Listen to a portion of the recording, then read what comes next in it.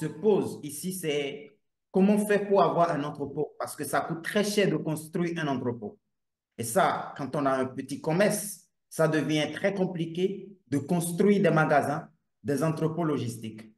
Et je vais essayer quand même aujourd'hui de répondre à cette question et d'apporter quelques idées qui peuvent aider nos braves dames qui peuvent désormais compter sur la participation de l'ACG ou bien même du gouvernement pour avoir des entrepôts pour stocker des marchandises. Quand je suis une entreprise, par exemple, et je suis dans le textile ou je suis dans l'agroalimentaire, je dois avoir un moment de stockage, c'est-à-dire il y a une période au cours de laquelle la main-d'œuvre est moins chère, la matière première est moins chère.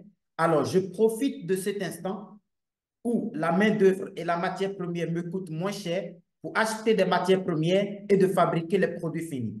Mais le problème, c'est que ce produit fini que je viens de fabriquer n'a pas une valeur assez élevée sur le marché.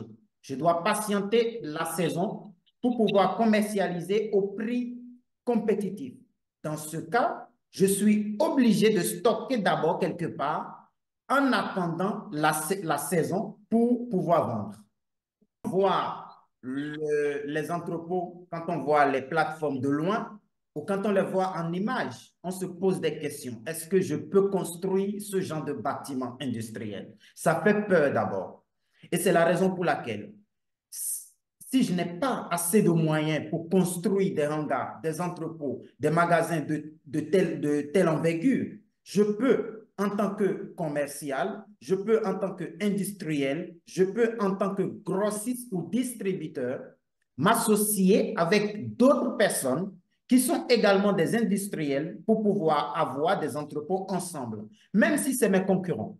Cette notion en Afrique, chez nous, n'est pas vraiment développée. On voit de mauvais œil quand il s'agit de collaborer avec la concurrence. Mais attention, parfois, je suis obligé de collaborer avec mon ennemi pour pouvoir aller loin. Il y a un adage chinois qui dit, quand je suis en train de me noyer dans un fleuve, et si la seule personne qui peut me sauver en étant sur la rive est mon ennemi qui me tend un bâton, je suis obligé de saisir cette opportunité. Ce qui veut dire que parfois, en tant que commerçant, je dois négocier des contrats de partenariat avec même mes concurrents. Maintenant, je vais vous donner un point essentiel. Parce que parfois, je vais prendre l'exemple du Bénin. On a effectué des études au niveau du Bénin et au niveau de la Côte d'Ivoire où on a parlé des entrepôts logistiques. Également en Guinée-Conakry. Le point le plus important, d'abord, ce qui fait peur à nos chers mamans, à nos chers papas qui ont de petits commerces, c'est comment faire pour construire ces entrepôts. On n'a pas assez de moyens.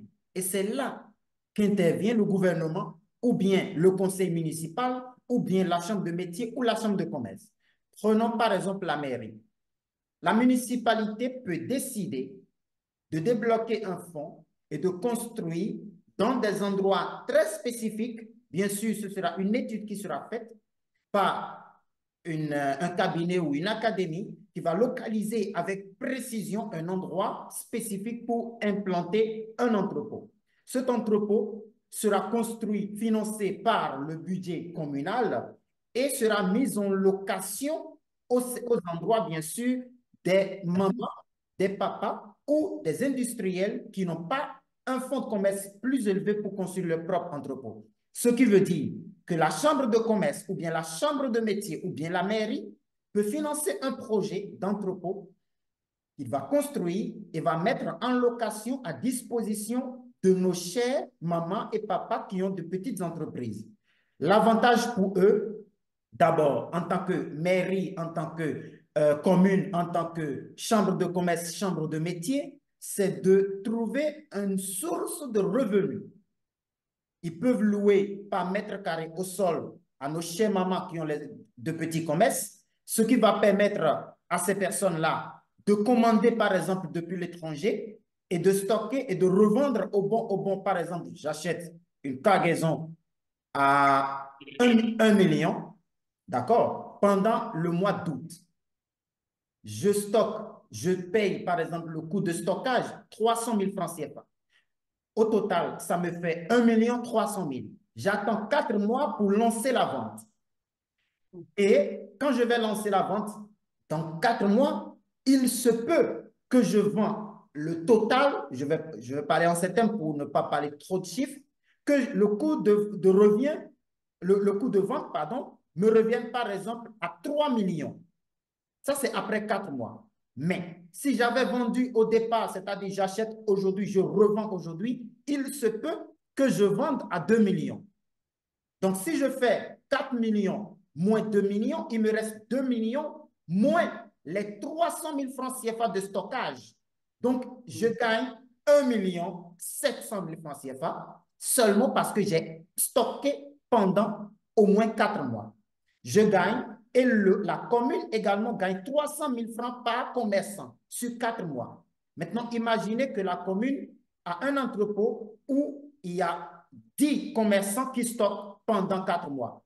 Ça fait 300 000 francs CFA fois 10, ainsi de suite. Alors,